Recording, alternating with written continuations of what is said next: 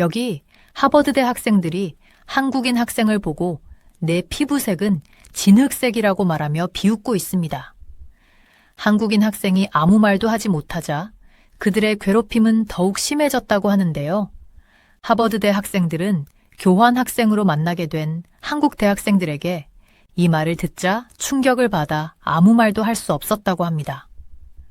하버드 대학교 학생들은 한국 학생들에게 무슨 말을 들은 것일까요? 안녕하세요. 저는 미국인 메간이에요. 하버드 대학교 역사학과 학생이죠. 제 할머니는 한국인이시고 저는 한국계 미국인이죠. 어릴 때부터 텍사스에 있는 할머니 댁에서 자주 맡겨졌던 저는 한국과 할아버지에 대해 처음 알게 되었어요. 비록 직접 만나진 못했지만 할아버지의 유산은 우리 가족의 삶에 큰 영향을 미쳤답니다.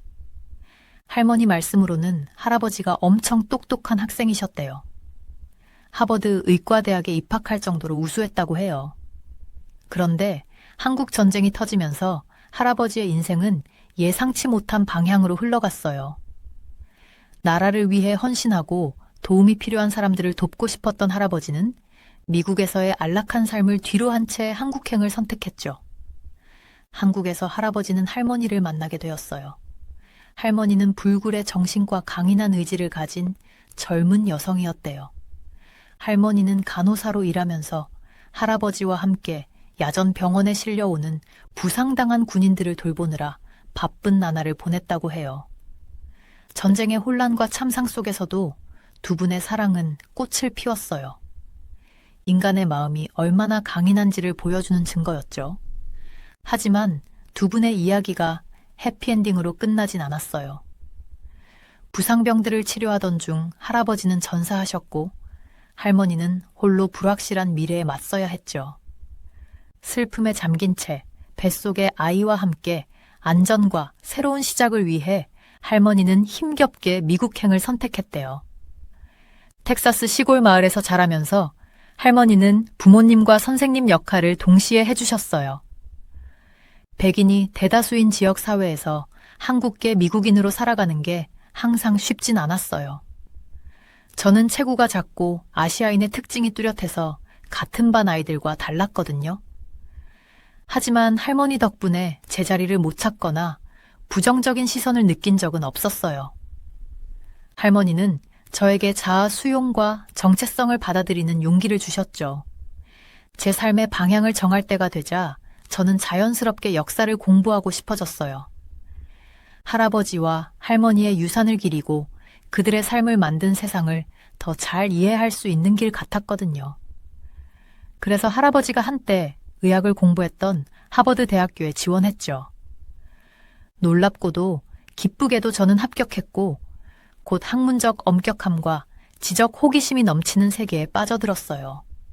그런데 동양사 수업 중 하나에서 수전이라는 학생과 만났는데 걔는 한국을 비하하고 거짓 고정관념을 퍼뜨리는데 재미를 느끼는 것 같았어요. 할머니 덕분에 한국의 역사와 문화에 대해 깊이 이해하고 있던 저로서는 수전의 무지한 발언을 듣고만 있을 순 없었죠. 할머니에게서 배운 지식을 바탕으로 저는 사실과 역사적 증거로 수전의 주장에 반박했어요. 토론은 뜨거워졌고 제가 조리 있게 그녀의 주장을 반박하자 수전의 눈에서 분노와 원망이 느껴졌어요. 수전은 항상 모범생으로 옳은 답을 내는데 익숙했는데 제가 수업에서 성공하자 신경이 많이 쓰였나 봐요. 그때부터 수전은 제 삶을 지옥으로 만들겠다고 작정한 것 같았어요. 인종차별적 모욕을 퍼부으며 제 외모를 조롱하고 한국인이라는 사실을 깎아내렸죠. 심지어 저를 키워주시고 조건 없이 사랑해주신 할머니까지 이방인이고 짐이라고 부르며 수전의 잔인함을 피해가지 못했어요. 원래 부끄럼을 잘 타고 내성적인 성격인 저는 스스로를 지키기가 힘들었죠. 친구를 사귀는데도 서툰 편이었는데 이제 수전이 계속 괴롭히는 바람에 그 어느 때보다 외로웠어요. 그녀의 말에서 느껴지는 고통과 굴욕감을 무시하려 애쓰며 저는 더욱 움츠러들었죠. 하지만 완전히 혼자만은 아니었어요. 우리 반에 있던 한국 유학생 지민이가 수전의 행동을 목격하고 더는 안 되겠다고 생각한 거예요. 지민이는 수전에게 그녀의 인종차별적 태도와 행동이 용납될 수 없다고 딱 잘라 말했죠. 잠깐 희망의 빛이 비치는 듯 했어요. 지민이가 나서서 말해줬으니 수전이 더는 괴롭히지 않을 거라고 생각했거든요. 하지만 제 안도감은 오래가지 않았어요. 수전은 지민이의 말에 꿈쩍도 하지 않고 단순히 표적을 지민이에게로 바꾸더라고요. 제게 가했던 것과 똑같은 잔인한 짓거리로 지민이를 괴롭히기 시작했죠. 전 지민이가 수전의 인종차별과 편견의 새로운 희생양이 되는 걸 공포에 질려 지켜봤고, 지민이가 저를 돕기 위해 노력했던 것처럼 제가 뭔가 해야 한다는 걸 깨달았어요. 하지만 두려움과 자기의심 때문에 주저하고 말았죠. 제가 나서서 지민이를 변호하려 하면 상황이 더 악화될 거라는 걱정이 들었어요. 수전은 인기도 많고 영향력도 있어서 건드릴 수 없는 존재 같았거든요. 텍사스 시골 출신의 조용하고 평범한 저 같은 사람이 수전을 막을 수 있을까요? 학기가 흘러가면서 저는 옳은 일을 위해 목소리를 내지 못하는 스스로의 비겁함과 싸웠고, 그런 제 자신이 싫었어요. 지민이는 계속해서 수전의 분노에 직면해야 했고, 저는 그 일이 지민이에게 어떤 영향을 미치는지 볼 수 있었죠. 지민이는 점점 내성적으로 변해갔고, 한때 밝게 웃던 얼굴에선 이제 괴로운 표정이 떠나질 않았어요. 제가 어떻게든 보상을 해야겠다는 걸 알았어요. 지민이에게 그가 이 싸움에서 혼자가 아니라는 것을 보여주고 싶었죠. 하지만 문제는 소심하고 소극적인 제가 어떻게 수전처럼 강력한 사람에게 맞설 용기를 낼 수 있을까 하는 거였어요. 그 해답은 뜻밖의 기회로 다가왔죠. 학기가 끝나갈 무렵 하버드 대학교에서는 6월 25일 한국전쟁에 참전했던 하버드 동문들을 기리는 특별 행사를 연다고 발표했어요. 그리고 놀랍게도 저는 그 자리에서 연설할 사람으로 선정되었답니다. 갑자기 무대에 설 기회가 생긴 거예요. 우리 가족의 이야기를 공유하고 한국의 자유를 위해 싸웠던 이들의 희생에 경의를 표할 수 있게 된 거죠. 할머니의 도움으로 저는 연설 준비에 몰두했고, 가슴과 영혼을 다해 모든 단어에 제 진심을 담았어요. 행사 당일 저는 모든 학생들 앞에 서서 심장이 쿵쾅거리고 손바닥에 땀이 배었죠. 하지만 막상 말을 꺼내자 평온함이 느껴지더라고요. 저는 할아버지의 용기, 할머니의 회복력, 그리고 한국 사람들의 지속되는 정신에 대해 말했어요. 앞에 앉은 많은 이들의 얼굴을 보면서 뭔가 변화가 일어난다는 걸 깨달았어요. 한때 한국에 무관심하거나 적대적으로 보이던 학생들이 이제는 열심히 경청하며 새로운 이해와 존경심으로 눈을 크게 뜨고 있었죠. 그 순간 저는 제가 세상을 바꿀 힘이 있다는 걸 알게 되었어요. 오랫동안 그냥 넘어갔던 고정관념과 편견에 맞설 수 있는 힘 말이에요. 하지만 제 싸움은 이제 막 시작이었죠. 수전이 단 한 번의 연설로 마음을 바꾸진 않을 거라는 걸 알고 있었어요. 그리고 제가 아무리 노력해도 지민이는 여전히 수전의 증오의 표적이 되고 있었죠. 제가 동료들 앞에서 제 진실을 말하고 할아버지와 할머니의 희생에 대해 얘기를 나눴던 그 작은 승리의 기쁨도 잠시 의식이 끝나고 나니 새로운 목적의식에 사로잡히는 저 자신을 발견했어요. 하지만 저는 아직 해야 할 일이 많다는 걸 알고 있었죠. 아무도 나서주지 않을 때 저를 위해 나섰던 지민이는 여전히 수잔의 증오에 그대로 노출되어 있었어요. 지민이의 한때 활기찼던 모습은 시간이 갈수록 점점 사그라들어 갔죠. 그런데도 지민이는 그 누구에게도 하소연 한 번 하지 않았어요. 지민이가 고통받는 걸 날마다, 주마다 지켜봤죠. 지민이의 눈빛에서 고통을, 축 처진 어깨에서 절망을 봤어요. 그리고 제 비겁함이 너무나 증오스러웠죠. 전 할머니가 한국에서 도망칠 때 알고 지내던 모든 것을 버리고 떠나는 걸 가만히 지켜보기만 했던 방관자들보다 나을 게 없었어요. 하지만 죄책감과 수치심으로 괴로워하는 동안에도 세상은 계속 돌아갔죠. 학기가 끝나가고 있었고 잔뜩 들뜬 기운이 가득했어요. 그리고 마치 맑은 하늘의 벼락처럼 모든 것을 바꿀 발표가 있었죠. 모두를 놀라게 한 행보로 하버드 대학은 한국과의 교환 학생 프로그램을 시작하기로 결정했어요. 양국 학생들은 해외로 가서 새로운 문화에 몰두하고 평생 지속될 유대감을 쌓을 기회를 갖게 될 거였죠. 저에게 그 소식은 계시와도 같았어요. 한국의 아름다운 풍경과 따뜻한 사람들에 대한 이야기를 들으며 자랐거든요. 그리고 이제 갑자기 직접 가볼 기회가 생긴 거예요. 할아버지와 할머니의 발자취를 따라가고 늘 손에 잡힐 듯 말 듯했던 유산의 한 부분과 연결될 기회가요. 하지만 교환학생 프로그램에 들뜬 건 저뿐만이 아니었어요. 수자는 언제나처럼 기회를 엿보며 자신의 우월함을 입증할 기회로 여겼죠. 귀 기울이는 사람이라면 누구에게나 자신이 한국인들에게 진정한 지성과 세련됨이 무엇인지 보여줄 사람이 될 거라고 자랑했어요. 수잔의 말을 들으며 불안감이 커져만 갔죠. 수잔은 늘 한국을 세상에 내놓을 게 거의 없는 변두리 나라쯤으로 치부해왔어요. 교환학생 프로그램을 마치 견뎌내야 할 짐이나 이력서 한 줄을 채우기 위해 감수해야 할 일쯤으로 여겼죠. 그런데도 경멸하는 태도와는 달리 수자는 교환학생 프로그램에 가장 먼저 지원했어요. 수자는 자기와 같은 편협한 견해를 가진 친구들을 모아서 함께 한국으로 떠났죠. 자신들이 얼마나 우월한지 세상에 보여주러 간다면서요. 떠나는 그들을 보며 두려움이 밀려왔어요.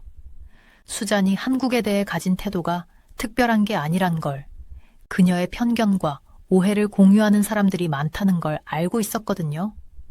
수잔과 친구들이 문화와 혁신으로 가득한 국제도시로 늘 상상해왔던 서울에 도착했을 때 어떤 일이 벌어질지 걱정됐죠. 그들은 자신들의 편견을 넘어 볼 수 있을까요? 자기들과 다른 세상에 마음과 정신을 열 의향이 있을까요? 아니면 그저 무지의 깊은 곳으로 더 파고들어 미지의 것들로부터 자신을 지키듯 편견을 고수할까요? 시간만이 답해줄 수 있었어요. 저도 한국행 비행기에 올랐는데 무거운 두려움과 의심의 그림자가 마음에 드리워져 있었죠. 어딘가에선 어떻게든 제가 옳다고 믿는 것들을 위해 용기를 내고 지민이를 비롯해 많은 이들에게 정의를 실현하기 위해 싸워야겠다고 생각했어요. 비행기가 이륙하자 눈을 감고 할머니의 얼굴을 떠올렸어요. 가장 어두운 시기를 견뎌내게 해준 힘과 회복력, 그리고 매 순간을 안내해준 사랑과 연민을 생각했죠. 그리고 앞으로 어떤 도전이 오든 할머니가 평생 보여준 것과 같은 용기와 결단으로 맞서리라 마음먹었어요. 비행기가 하늘 높이 날아오르자 흥분이 차오르는 게 느껴졌어요. 제가 상상하지 못했던 방식으로 제 삶을 바꿀 여정에 막 올라탄 것 같은 기분이었죠. 제가 비행기에서 내려서 인천국제공항의 북적거리는 혼잡함 속으로 들어섰을 때 저는 경외감과 견이로움을 느끼지 않을 수 없었어요. 현대적이고 세련된 터미널은 제가 자란 텍사스의 시골 마을과는 너무나 달랐죠. 낯선 얼굴들과 외국어 표지판들은 제 혈관을 타고 흐르는 흥분과 모험의 감각을 더해줬어요. 하지만 저만 압도당한 게 아니었어요. 군중들 사이를 헤쳐나가면서 저는 수장과 그녀의 친구들이 불확실함과 두려움으로 꽁꽁 뭉쳐 웅크리고 있는 모습을 봤어요. 그들은 이 낯선 세계에서 너무나 자꾸 잃어버린 것처럼 어울리지 않아 보였죠. 잠시 동안 저는 그들이 불쌍하다고 느꼈어요. 하지만 그건 잠깐이었죠. 곧 수잔이 지민이와 저에게 가했던 고통과 괴로움, 우리 둘 다 상처받고 부서지게 만든 잔인한 말과 중어스러운 행동들이 떼어올랐거든요. 그리고 저는 제가 그녀에 대해 느꼈을지도 모를 동정심은 여전히 제 안에서 타오르고 있는 분노와 원한에 의해 빠르게 잠식되고 있다는 걸 알았어요. 우리가 공항을 빠져나와 서울의 붐비는 거리로 나섰을 때 저는 우리를 둘러싼 광경과 소리에 감탄하지 않을 수 없었어요. 서울은 고층 빌딩들이 고대 사찰 및 궁궐들과 나란히 서 있는 전통과 현대가 뒤섞인 어지러울 정도로 새롭고 낡은 것들의 혼합체였죠. 그리고 우리가 보는 곳마다 사람들이 있었어요.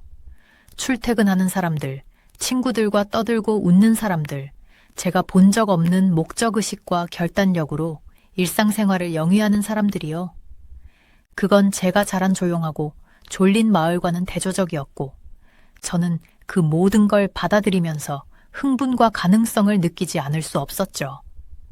하지만 이 모든 새로움과 흥분에 도취되어 있을 때에도 저는 수장과 그녀의 친구들의 얼굴에 떠오른 놀라움과 혼란의 표정을 눈치채지 않을 수 없었어요. 그들은 한국을 후진적이고 원시적인 나라, 자신들의 우월함을 과시하고 현지인들을 얕잡아 볼 수 있는 곳으로 생각하고 왔던 거예요. 하지만 그들이 대신 발견한 건 자신들의 나라만큼이나 현대적이고 세련된, 사람들이 상상조차 못했던 방식으로 살고 일하며 번성하는 나라였죠. 저는 그들이 이 모든 것을 이해하려고 애쓰는 모습, 자신들이 줄곧 틀렸을지도 모른다는 깨달음과 씨름하는 모습을 지켜봤어요. 그리고 그들의 신중하게 구축된 편견과 무지의 벽에 금이 가기 시작하는 걸 보면서 작은 만족감을 느끼지 않을 수 없었죠. 하지만 그들의 투쟁을 지켜보면서도 저 역시 싸워야 할 전투가 있다는 걸 알고 있었어요. 교환 프로그램은 저를 한국에 데려왔고 저는 여기서 보내는 매 순간을 최대한 활용하기로 결심했죠. 그래서 한국 대학생들과 함께 지역 역사 박물관을 견학할 기회가 생겼을 때 저는 그 기회를 놓치지 않았어요. 저는 한국의 풍부한 문화유산에 매료되어 있었고 우리 가족의 이야기를 만든 사람들과 장소에 대해 더 많이 배우고 싶었거든요. 그런데 전시를 돌아다니면서 저는 한국인 동료 학생들의 얼굴에 짜증과 좌절감이 떠오르는 걸 눈치챌 수밖에 없었어요. 그들은 한국 학계의 빠른 속도와 높은 압박감에 익숙했고 제 좀 더 느긋한 학습 및 공부 접근 방식이 그들을 거슬리게 하는 것 같았죠. 저는 그들만큼이나 프로젝트에 전념하고 있다고 프레젠테이션을 준비하기 위해 수없이 많은 시간을 연구하고 준비하고 있다고 설명하려 했어요. 하지만 제 말은 귓전으로 흘러가는 것 같았고 시간이 갈수록 우리 사이에 긴장감과 반감이 쌓여가는 게 느껴졌죠. 결국 지민이가 나서서 오해를 풀어주었어요. 그는 곁에서 지켜보면서 우리 그룹을 갈갈이 찢고 있는 오해와 소통 부재를 보고 있었거든요. 그래서 어느 날 그는 저를 한쪽으로 끌고 가서 자기가 한 일을 설명해 주었어요. 그는 한국 학생들에게 가서 제 상황을 설명하고 제 헌신과 노력, 우리 프레젠테이션을 준비하기 위해 책과 기사를 뒤져가며 보낸 시간들에 대해 이야기해줬대요. 그러자 천천히, 하지만 확실하게 긴장감이 누그러지고 서로에 대한 이해와 존중으로 반감과 좌절감이 가라앉는 걸 느낄 수 있었어요. 저는 지민이의 친절함, 제가 그에게 끼친 모든 일 이후에도 기꺼이 저를 도와주려는 그의 마음에 감동받았어요. 그리고 그가 한국 학생들과 교류하는 모습을 보면서 우리 두 문화의 차이점에 깜짝 놀라지 않을 수 없었죠. 한국 학생들은 직설적이고 당당했어요. 자신의 생각을 말하고 믿음을 지키는 걸 두려워하지 않았죠. 그들은 시원하고 자신만만했고 제가 본 적 없는 목적의식과 결단력을 지니고 있었어요. 그들이 서로 일하고 공부하고 교류하는 걸 보면서 저는 할머니가 들려주시던 한국에 민주주의를 가져온 대학생들에 대한 이야기가 떠올랐어요. 할머니는 그들에 대해 언제나 감탄과 존경심을 가지고 말씀하셨어요. 압도적인 역경 앞에서도 그들의 용기와 신념에 감탄하셨죠. 그리고 이제 직접 그들의 모습을 보니 그 이유를 이해할 수 있었어요. 그들은 그냥 평범한 대학생이 아니었어요. 그들은 자기 나라의 미래 지도자였고 앞으로 몇 세대 동안 역사의 흐름을 만들어갈 사람들이었죠. 그들이 함께 일하고 웃고 꿈꾸는 모습을 보면서 저는 자부심과 유대감, 제 자신보다 더 큰 무언가의 일부라는 느낌을 받지 않을 수 없었어요. 저는 가족사에 대해 더 배우고 언제나 손에 닿지 않는 것 같았던 제 자신의 일부와 연결되기를 희망하며 한국에 왔어요. 하지만 대신 발견한 건 친구들과 동맹, 제 열정과 목적을 공유하는 공동체였죠. 프레젠테이션을 마치고 대학으로 돌아오면서 저는 미래에 대한 흥분과 가능성을 느끼지 않을 수 없었어요. 짧은 시간 동안 한국과 그 문화에 대해서뿐만 아니라 저 자신과 세상에서의 제 자리에 대해서도 많은 걸 배웠거든요. 앞으로 도전이 있을 거라는 걸, 이해와 수용에 이르는 길이 결코 쉽지 않다는 걸 알고 있었어요.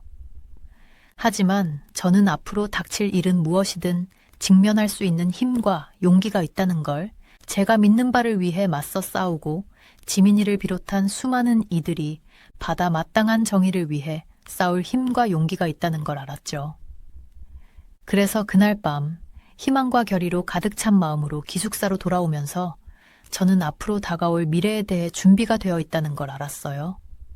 제 문화유산을 받아들이고 나만의 길을 개척하고 세상을 한 걸음씩 변화시킬 준비가 되어 있었죠. 보스턴 국제공항에 비행기가 착륙했을 때 전 불안하고 불확실한 기분을 느끼지 않을 수 없었어요. 교환학생 프로그램은 제 인생을 변화시킨 경험이었죠. 제 자신의 두려움과 편견에 맞서고 세상을 전혀 새로운 시각으로 바라보게 만들었으니까요. 하지만 이제 하버드 대학교에 익숙한 복도로 다시 들어서면서 모든 것이 변했다는 느낌을 떨쳐낼 수가 없었어요. 한때 집처럼 느껴졌던 캠퍼스가 이제는 낯설고 이질적인 곳처럼 보였죠. 예전의 규칙과 위계 질서가 더 이상 통용되지 않는 곳 말이에요. 그리고 그게 수잔이랑 친구들이 지민이를 대하는 태도에서 가장 분명하게 드러났어요. 걔네는 한국에서 돌아온 후로 우월감에 사로잡혀 있었거든요. 우리 나머지가 결코 이해할 수 없는 것들을 보고 경험했다는 믿음 말이에요.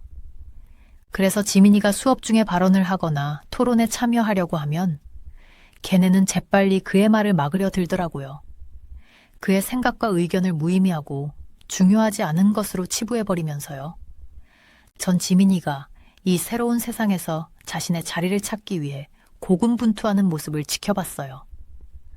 한국에서 쌓은 우정과 유대감이 이제는 수잔이의 잔인함과 무관심 앞에서 아무 의미가 없다는 걸 깨닫게 되면서요.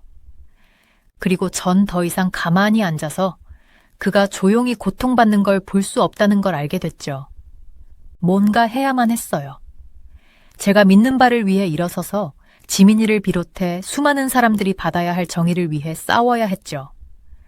그래서 어느 날 수잔이 다시 한번 수업 중에 지민이를 비하하고 모욕하려 들었을 때 전 제 목소리를 떨리는 분노와 확신으로 가득 채워 발언하게 되었어요.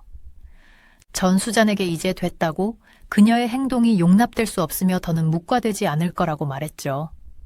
한국에서 우리 모두가 배운 교훈, 두려움과 증오로 갈라진 세상에서 공감과 이해가 얼마나 중요한지를 상기시켰어요. 그리고 잠시 제가 그녀에게 무언가를 깨닫게 해줬다고 생각했죠. 그녀의 눈에서 불확실함의 흔적, 후회와 유감의 기색을 보았거든요. 어쩌면 그녀가 자신의 잘못된 행동을 깨닫기 시작하는 게 아닐까 하는 희망이 보였죠. 그런데 그 희망기 불꽃은 나타났다 사라지듯이 제가 전에 보지 못했던 차갑고 단단한 분노로 바뀌고 말았어요. 그때 수잔이 저에게 돌아섰죠. 도끼와 경멸이 가득한 말을 쏟아내면서요.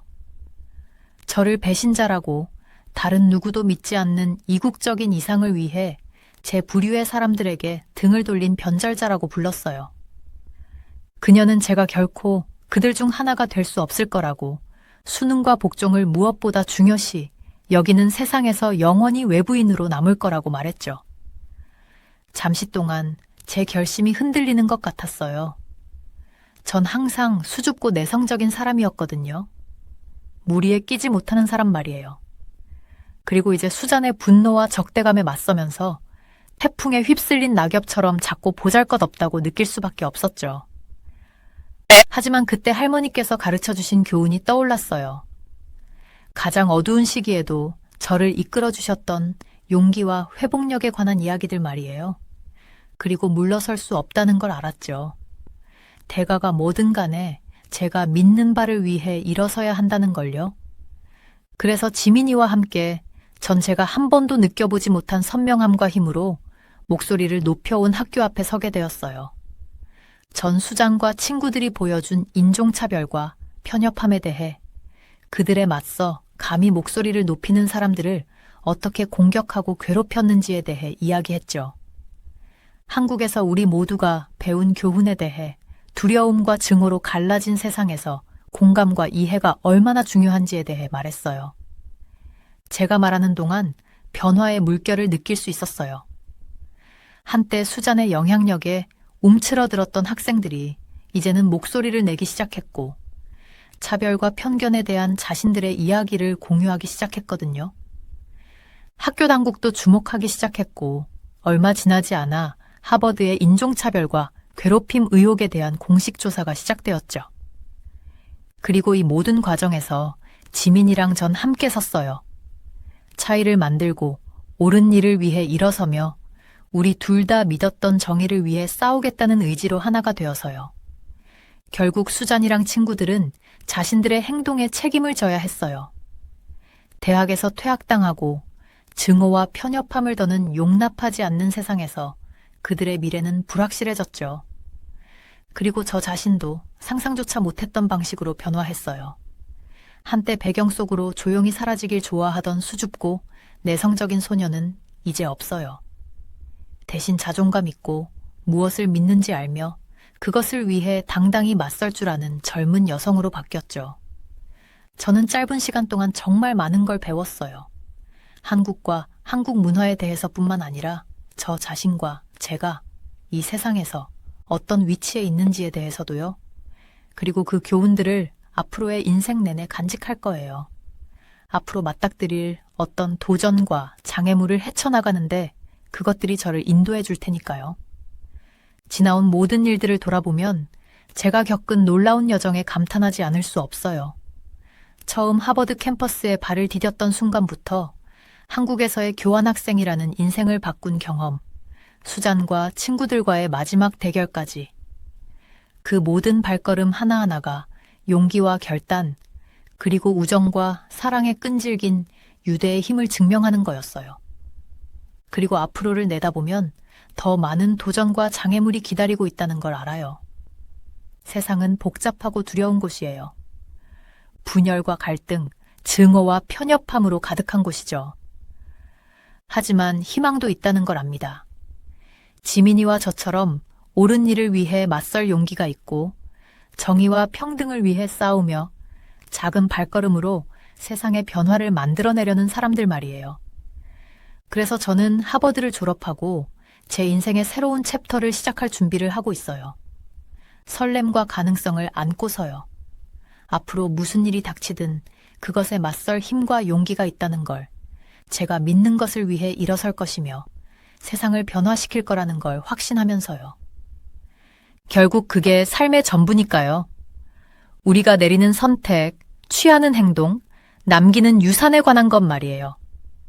그리고 제가 겪은 놀라운 여정 덕분에 이제 전 세상에 제 흔적을 남길 준비가 됐어요. 제가 발견한 것보다 조금 더 나은 세상을 만들고 다른 이들에게도 그렇게 할 수 있다는 영감을 주면서요. 안녕하세요. 저는 영국의 런던의 환경연구소 선임연구원인 알렉스라고 합니다. 전 또 다른 긴 하루를 보낸 후 지쳐서 아파트 계단을 터벅터벅 올라갔습니다. 템스강에 대한 우리 회의에서 나온 모든 자료와 토론으로 제 머리는 여전히 빙빙 돌고 있었습니다. 도시의 중심부를 굽이굽이 흐르는 그 유명한 수로는 제가 기억하는 한 오랫동안 오염과 싸워왔습니다. 우리 과학자들과 전문가들로 구성된 팀은 매일 열심히 솔루션을 마련하기 위해 노력하지만 진전은 더딘 것 같습니다. 어떤 날에는 우리가 과연 템스강을 깨끗이 정화할 수 있을지 의문이 듭니다. 작은 아파트 안에서 한숨을 내쉬며 문 옆에 가방을 내려놓았습니다. 컴퓨터와 실험 장비에 몸을 숙이느라 어깨가 아팠습니다. 주전제 물을 채워 스토브 위에 올려두고 진정 차 한 잔을 만들며 저녁에 긴장을 풀 생각에 들떠 있었어요. 그런데 막 머그잔을 집으려는 순간 제 휴대폰이 갑자기 부르르 떨더니 부엌 조리대에서 덜컥거렸습니다. 동료 제인에게서 온 메시지로 화면이 환해졌습니다. 긴급, 당장 이야기하자. 걱정스러운 마음에 미간에 주름을 잡았습니다. 제인이 이렇게 갑자기 급한 문자를 보내는 스타일은 아니에요. 전화를 걸면서 모든 게 잘 됐으면 좋겠다고 생각했습니다. 그녀는 첫 벨이 울리자마자 전화를 받았습니다. 알렉스, 전화해줘서 고마워요. 제인이 허둥지둥 숨가쁜 목소리로 대답했습니다. 이 시간에 귀찮게 해서 정말 죄송한데 급한 일이 생겨서 당신 도움이 필요해요. 당연하죠. 무슨 일 있어요? 괜찮으세요? 전 목소리에 묻어나는 괴로움을 느끼며 하루의 피곤함이 걱정스러움으로 변해가는 것을 느꼈습니다. 네. 전 괜찮아요. 그냥? 제인은 한숨을 깊이 내쉬었습니다. 제가 한강 복원 현장을 취재하려고 한국에 가기로 했던 그 중요한 일 있잖아요. 제인 씨가 엄청 들떠있던 그 일 말이에요. 곧 출발하는 거였죠. 전 몇 주 전 그 기회에 대해 얘기해줬을 때 그녀의 열정을 기억해냈습니다. 그게 문제예요. 제가 결국엔 가지 못할 것 같아요. 개인적인 일이 생겨서 지금은 그 여행을 갈 수가 없게 됐어요. 그녀는 분명 화가 난 채로 감정적으로 설명했습니다. 그런데 연구소에서는 이 기사를 꼭 기대하고 있었단 말이에요. 우리는 서울에서 한강 정화와 주변 환경 복원을 통해 이룬 발전상을 취재할 사람이 필요해요. 엄청난 희소식을 전할 수 있는 기회라고요. 어휴, 제인, 안 됐네요. 얼마나 가고 싶어 하셨는지 알아요? 전 공감하는 마음으로 말했고, 제 머리는 그녀가 부탁하는 것이 무엇인지 생각하고 있었습니다. 그러니까 누군가 제인 씨를 대신해서 가야 하는 거네요. 한국에서 진행하는 그 취재 말이에요. 바로 그거예요. 그래서 제일 먼저 알렉스 씨가 떠올랐어요. 제인은 간청하듯 말했습니다. 급작스럽고 부탁할 게 많다는 걸 알아요. 하지만 알렉스 씨라면 완벽할 거예요. 우리 연구소에서 최고의 환경기자이고 오염된 수로와 서식지를 성공적으로 되살린 다른 나라들의 노력에 얼마나 관심이 많으신지 알고 있거든요. 한강에서 해낸 일은 알렉스 씨한테 딱 맞을 거예요. 전 놀라움에 눈을 깜박였고 예상치 못한 제안을 곰곰이 생각해 보았습니다. 그녀 말대로 한국의 환경보호 활동을 직접 보고 기사를 쓰는 것은 제게 정말 흥미로운 일이 될 거예요. 한때 오염으로 점철되었던 한강을 빛나는 도시 하천 복원의 본보기로 변모시킨 그들의 업적은 환경 분야에서 널리 알려져 있었습니다. 그 과정을 직접 취재하고 기록하는 건 평생에 한 번 있을까 말까 한 기회가 될 거예요. 하지만 서울은 런던에서 한참 떨어져 있고 제인의 출장은 매우 임박해 있었어요. 그렇게 갑작스레 짐을 싸서 지구 반대편으로 날아갈 수 있을까요? 여기서 제가 진행 중인 다른 프로젝트들도 있고 물 줘야 할 식물들, 받아야 할 우편물들도 있는데 말이에요. 마치 제 생각을 읽기라도 한 듯 제인은 재빨리 말을 이었습니다. 압도되는 것 같겠지만 정말 큰 도움이 될 거예요. 연구소에서 모든 준비를 다 해줄 거예요. 항공권, 숙소, 인터뷰 주선에 현장 방문까지. 알렉스 씨는 그저 가서 취재만 하면 돼요. 전 입술을 깨물며 재빨리 고민해 보았습니다. 갑작스러운 일정에 망설여지긴 했지만 이 규모의 환경 발전을 직접 목격할 수 있다는 점이 엄청나게 매력적이었어요. 템스강 정화 활동에 가져올 소중한 통찰과 영감을 얻을 수 있겠죠. 그리고 인정할 건 인정해야죠. 잠시나마 새로운 풍경을 맞이한다는 생각에 묘한 설렘이 느껴졌어요. 런던을 사랑하지만 어쩌면 국제적인 모험이야말로 제게 필요한 자극제인지도 모르겠어요. 그래요, 해봅시다. 전 결심을 굳히고 말했고 매 순간 그 기회에 대한 흥분이 더해갔습니다. 제가 한국에 가서 한강 이야기를 취재하죠. 여기서 마무리할 일이 좀 있으니 그걸 끝내고 바로 출발할게요. 알렉스, 고마워요. 당신은 구세주예요. 제인은 안도감과 고마움에 차서 소리쳤어요. 제가 정말 신세를 졌네요. 연구소에서 너무 기뻐할 거예요. 내가 당장 가서 알렉스 씨가 맡아주시기로 했다고 전할게요. 그럼 연구소에서 물류 관련해서 연락드릴 거예요.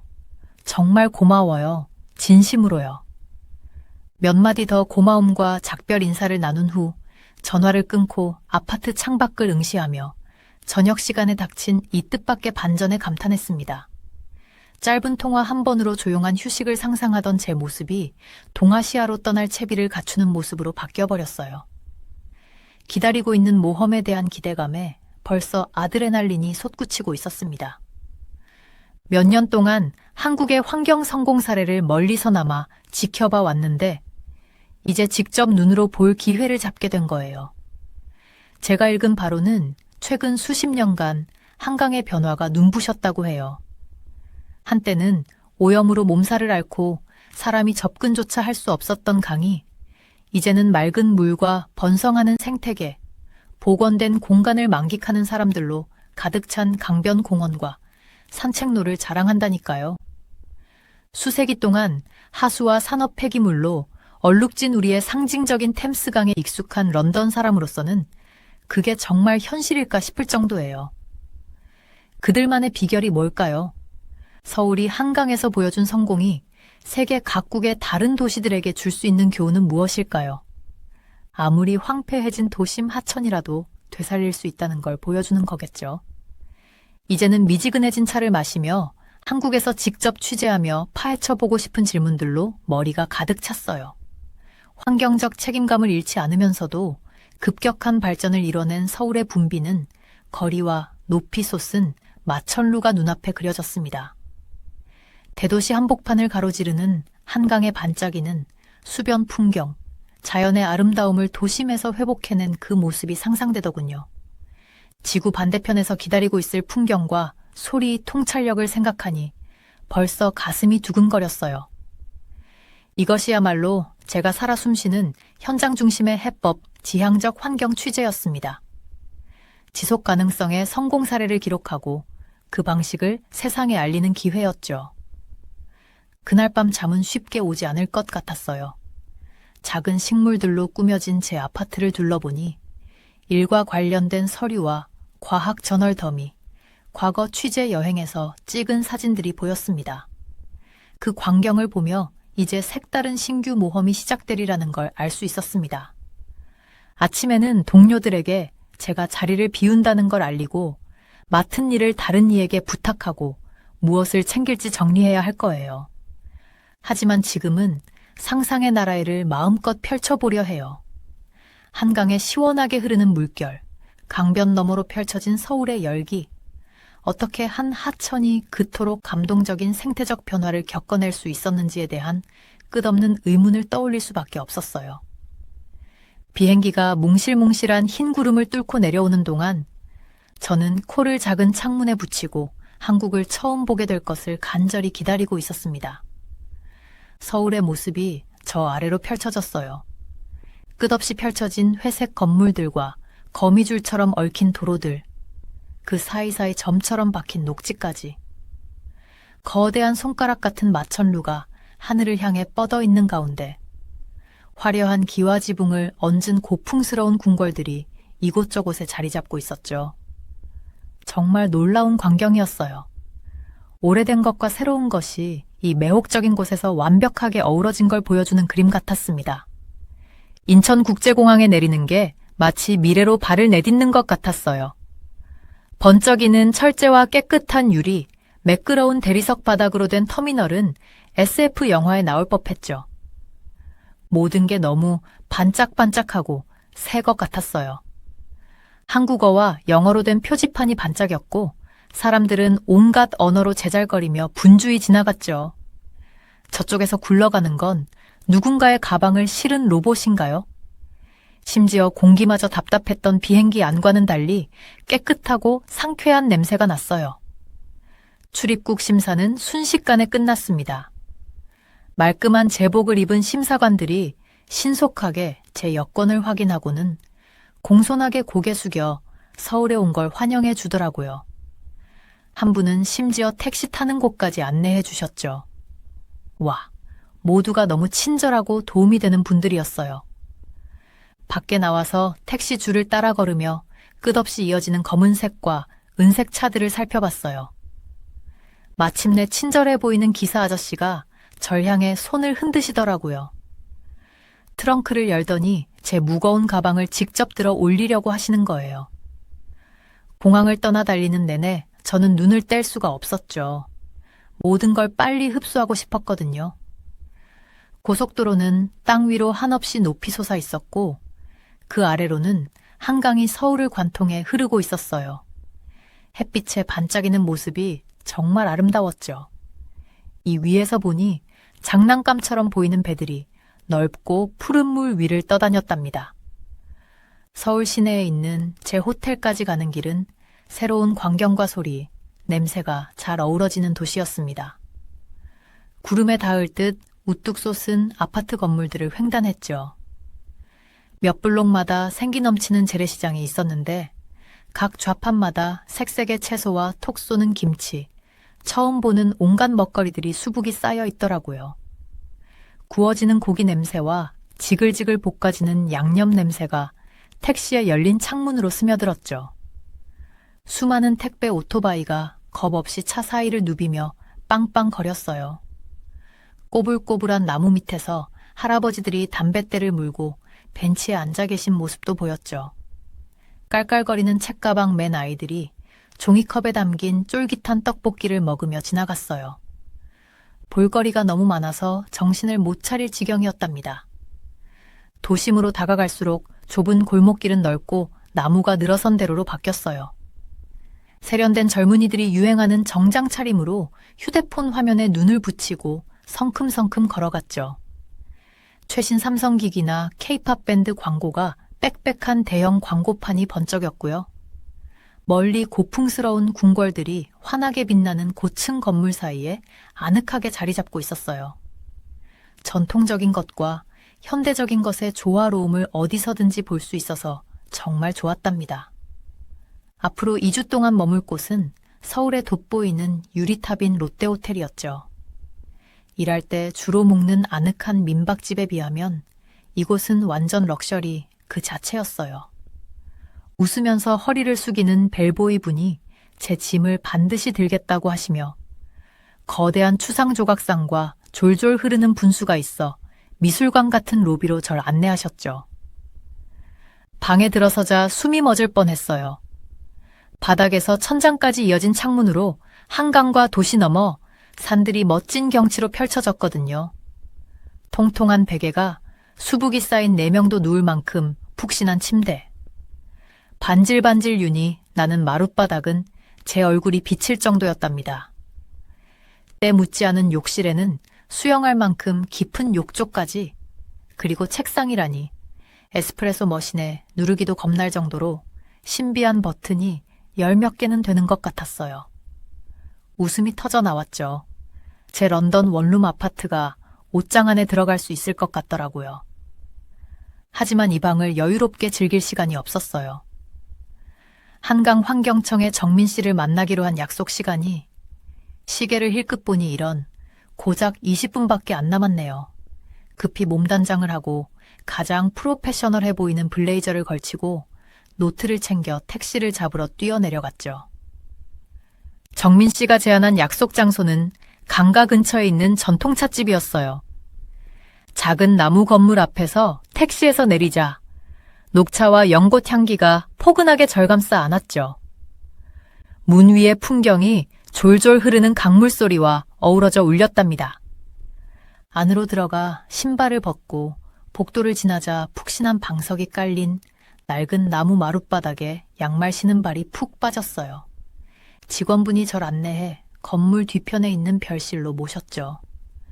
정민 씨가 따뜻한 미소를 지으며 일어나 절 맞이하는 순간 긴장이 풀어졌어요. 못 보던 정부 관료라기보다는 푹신해 보이는 스웨터를 입은 그의 주름진 얼굴이 공원에서 보던 친절한 할아버지들을 떠올리게 했거든요. 어서 오세요, 쿠퍼 씨. 그가 내 손을 잡으며 말했죠. 비행은 편안하셨나요? 서울은 잘 구경하고 계신가요? 만나 뵙게 되어 영광입니다. 제가 대답했어요. 그리고 알렉스라고 불러주세요. 바쁘신 와중에 시간 내주셔서 너무나 감사드려요.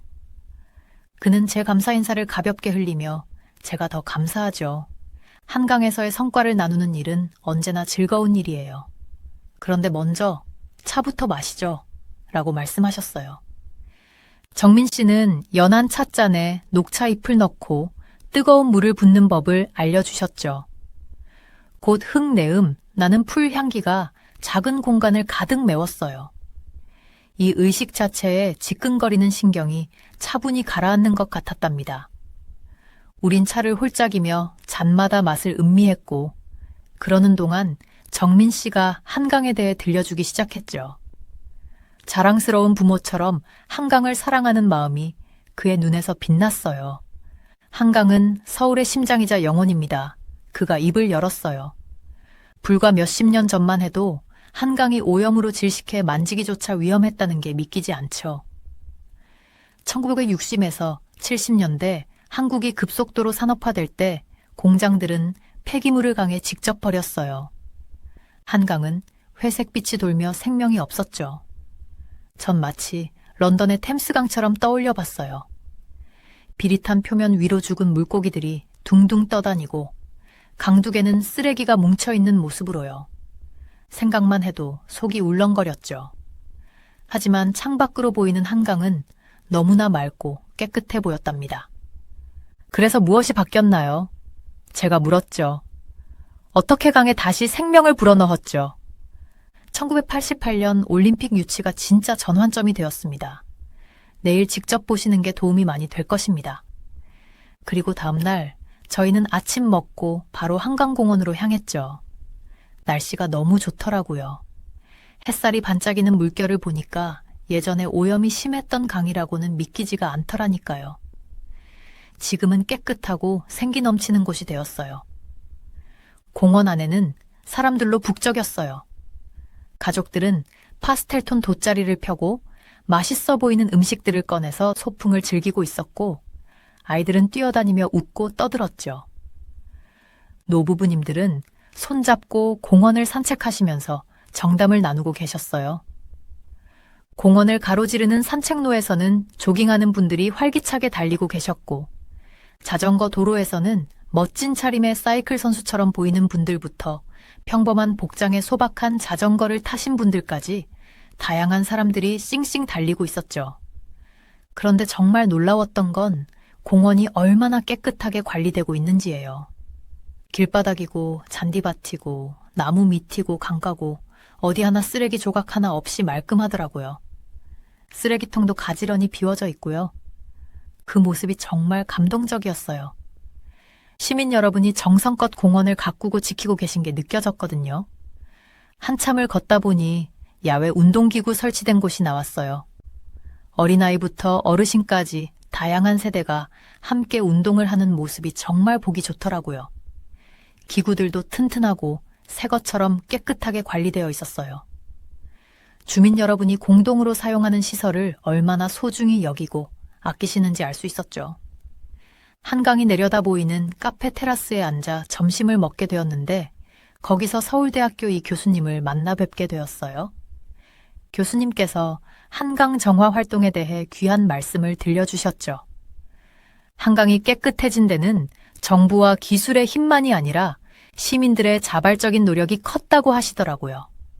수천 명의 자원봉사자분들이 정기적으로 강가에 나와 쓰레기를 치우고 불법 투기된 물건들을 치워내고 외래종 식물도 제거하셨대요. 학생들과 부모님들이 함께 나와 구슬땀을 흘리면서도 즐겁고 보람찼다고 해요. 학교에서도 물 환경과 생태계 보호에 대해 가르치기 시작했고, 동네 주민들끼리 환경보호위원회를 만들어서 캠페인도 하고 좋은 아이디어도 실행에 옮기셨대요. 기업들도 적극 참여해서 환경정화 활동을 후원하고 직원들에게 봉사 휴가도 주면서 동참을 독려했다고 해요. 교수님 말씀을 들으면서 서울 시민 여러분이 환경 문제 해결에 얼마나 적극적으로 나서고 계신지 깊이 느꼈어요. 온 국민이 한마음 한뜻으로 똘똘 뭉쳐서 우리의 삶의 터전을 가꾸어 나가는 모습이 정말 감동적이었죠. 한강의 기적은 정부의 정책과 첨단 기술뿐만 아니라 시민 여러분의 꾸준한 실천이 있었기에 가능했던 거예요. 하나의 목표를 향해 뭉친 시민의 힘은 엄청난 변화를 만들어낼 수 있다는 걸 깨달았죠.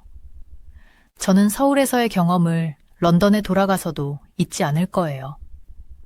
우리가 템스강을 살리고 깨끗하게 가꾸려면 정부와 기술에만 의존할 게 아니라 지역 주민들의 자발적 참여를 이끌어내는 게 중요하다는 사실 말이에요.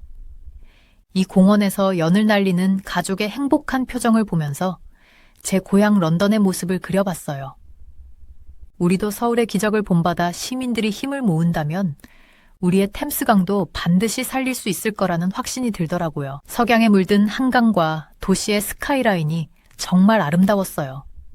저는 이곳에 와서 놀라운 성취를 이룬 서울 시민 여러분을 직접 만나 뵙게 된 것이 너무 감사했죠. 이제 이건 단순한 출장이 아니에요. 서울에서 배운 소중한 가치들을 가슴에 새기고 고향에 돌아가 우리의 현실로 만들겠다는 일종의 사명감 같은 거예요. 내일은 서울의 환경 기술들도 둘러보고 템스강에 적용할 방안도 찾아볼 계획이에요. 하지만 무엇보다 소중한 교훈은 이미 얻었죠. 시민들이 서로 힘을 모아 사랑과 정성을 쏟으면 우리의 도시를 이렇게 멋지게 변화시킬 수 있다는 사실 말이에요. 서울 시민 여러분, 정말 존경하고 감사드려요. 정민 씨가 설명했죠. 정부는 더러운 한강을 전 세계에 보여줄 순 없다는 걸 깨달았죠. 거대한 정화 사업에 엄청난 자금을 쏟아부었답니다. 그가 묘사하는 걸 들으며 머릿속에서 변화의 과정이 마치 영화처럼 그려졌어요. 고무장화를 신은 수백 명의 노동자들이 더러운 물속으로 들어가 쓰레기를 건져 올리는 모습, 오염물질을 걸러내기 위해 강변을 따라 싱싱한 초록 갈대를 심는 모습, 심지어 폐수가 유입되지 않도록 하수 처리 시설을 완전히 새로 만드는 모습까지. 하지만 정부의 노력뿐만이 아니었다고 정민 씨는 말씀하셨어요. 평범한 시민들도 팔을 걷어붙이고 도왔다는 거죠. 올림픽 덕분에 한강 정화가 국가적 자부심의 문제가 되었어요. 아이들은 강둑에서 쓰레기를 주웠고 할머니들은 나무를 심었죠. 가게 주인들은 쓰레기 투기를 그만뒀답니다. 서울 시민 모두가 힘을 합쳐 한강을 살리기 위해 노력한 이 거대한 프로젝트에 대해 들으면 들을수록 런던에서의 상황이 얼마나 다른지 깨달았어요. 런던 사람들은 아마 템스강 바로 옆에 살지 않는 한 그 강에 대해 좀처럼 생각하지 않죠. 심지어 재활용하는 것조차 쉽지 않은 일이었답니다. 한 도시 전체가 힘을 모아 강을 구한 이야기를 듣자 우리도 똑같이 할 수 있을 것 같았어요. 두 주전자의 차를 마신 후 제 머릿속은 아이디어와 영감으로 붕붕 떠다녔죠. 일어서며 정민 씨가 아름다운 한강공원 사진이 가득한 광택, 나는 브로셔를 건네주셨어요. 잔디밭에서 소풍을 즐기는 가족들, 풍경 좋은 자전거 길을 달리는 사람들, 꽃이 만발한 나무들까지요. 그리고 저는 이제 한국의 교통에 대해서 체험을 해보기로 했답니다. 서울 지하철역에 도착했을 때 전 정말 놀랐어요. 런던의 오래되고 삐걱거리는 지하철역이랑 비교하면 여기는 모든 게 너무 미래적이고 효율적으로 보였거든요. 플랫폼이랑 터널은 깨끗했고 사람들로 붐비는데도 놀랍게도 조용했어요. 기차 바퀴 소리나 덜컹거림도 없이 그냥 고속열차가 부드럽게 드나들 뿐이었죠. 디지털 디스플레이를 보니까 제 기차는 딱 2분 후에 도착한대요. 믿기지가 않더라고요. 런던에선 2분이 2분일 수도 있고 20분일 수도 있는데 말이에요. 기다리는 동안 휴대폰을 꺼내서 지하 깊숙이에서도 서비스가 되나 궁금했어요. 놀랍게도 역산의 초고속 와이파이에 바로 연결이 되더라고요. 우와 하고 생각했죠. 우리는 지상에서도 신호를 잡기 힘든데 말이에요. 지하철은 정시에 도착했고 매끈한 은색 문이 거의 소리 없이 열렸어요. 깨끗한 차량에 올라 널찍하고 편안한 것에 깜짝 놀랐어요. 좌석은 넓고 쿠션이 있었고 다리를 펴기에 충분했죠. 큰 창문으로 우리가 역에서 부드럽게 가속할 때 터널 벽이 스쳐 지나가는 게 선명하게 보였어요. 거기 앉아서 이 현대공학의 위협에 감탄하면서 서울이 런던에 비해 얼마나 효율적으로 돌아가는지 생각하지 않을 수 없었어요. 지하철 시스템뿐만이 아니라 거리부터 공원까지 모든 게 너무 깨끗하고 잘 관리되고 있었거든요. 그리고 사람들은 마치 커다란 정밀한 기계의 부품처럼 목적의식을 가지고 움직이는 것 같았어요. 지하철역에서 나와 밝은 햇빛 속으로 들어서니 눈이 부셔 깜빡였어요. 높이 솟은 빌딩들은 유리창과 철골로 된 외관이 햇빛에 반짝였죠. 하지만 이 모던함 사이에서도 전통 한국 건축의 우아한 곡선들이 보였어요. 나무로 된 탑들, 돌로 된 조각상들이 고층 건물 사이에 자리 잡고 있더라고요. 다음 미팅 전에 시간이 좀 있어서 옛 것과 새 것이 공존하는 이 매력적인 도시를 탐험해 보기로 했어요. 인도를 걸으면서 모든 게 얼마나 깨끗한지 놀라워하며 걸었죠. 쓰레기, 낙서, 담배꽁초 하나 없이 말이에요. 마치 도시 전체가 하나의 큰 공원 같았어요. 걸어가는 동안 또 한 가지 알아챈 게 있었는데 거의 모든 사람이 스마트폰에 빠져 있다는 거예요. 그런데 그냥 멍하니 스크롤만 하는 게 아니었어요. 많은 사람들이 도시를 돌아다니기 위해 기기를 사용하고 있었고 스크린과 길 표지판을 번갈아 쳐다보더라고요. 흥미로워서 저도 제 휴대폰을 꺼내 호텔 안내원이 추천한 현지 내비게이션 앱을 열었어요. 바로 제 주변의 상세한 지도가 실시간 교통정보와 경로 제한과 함께 펼쳐졌어요. 근처 식당을 누르자 위치뿐만 아니라 메뉴, 가격, 고객 리뷰까지 보이는 거예요. 이 엄청난 기술력에 입을 벌리고 있는데 갑자기 휴대폰에서 나오는 음성에 깜짝 놀랐죠. 100m 앞에서 좌회전하세요. 정신을 차리고 앱의 안내를 따라갔어요. 북적이는 도시의 길을 터득해가는 게 얼마나 쉬운지 놀라웠죠. 매번 방향을 틀 때마다 서울의 새로운 면모를 발견하는 것 같았어요. 여기에는 숨겨진 정원이, 저기에는 고풍스러워 보이는 찻집이 있었죠. 어느새 제가 도착한 곳은 조용한 골목에 있는 전통 한의원이었어요. 제이는 여기서 침치료를 받은 경험을 극찬하며 꼭 한번 해보라고 했었죠.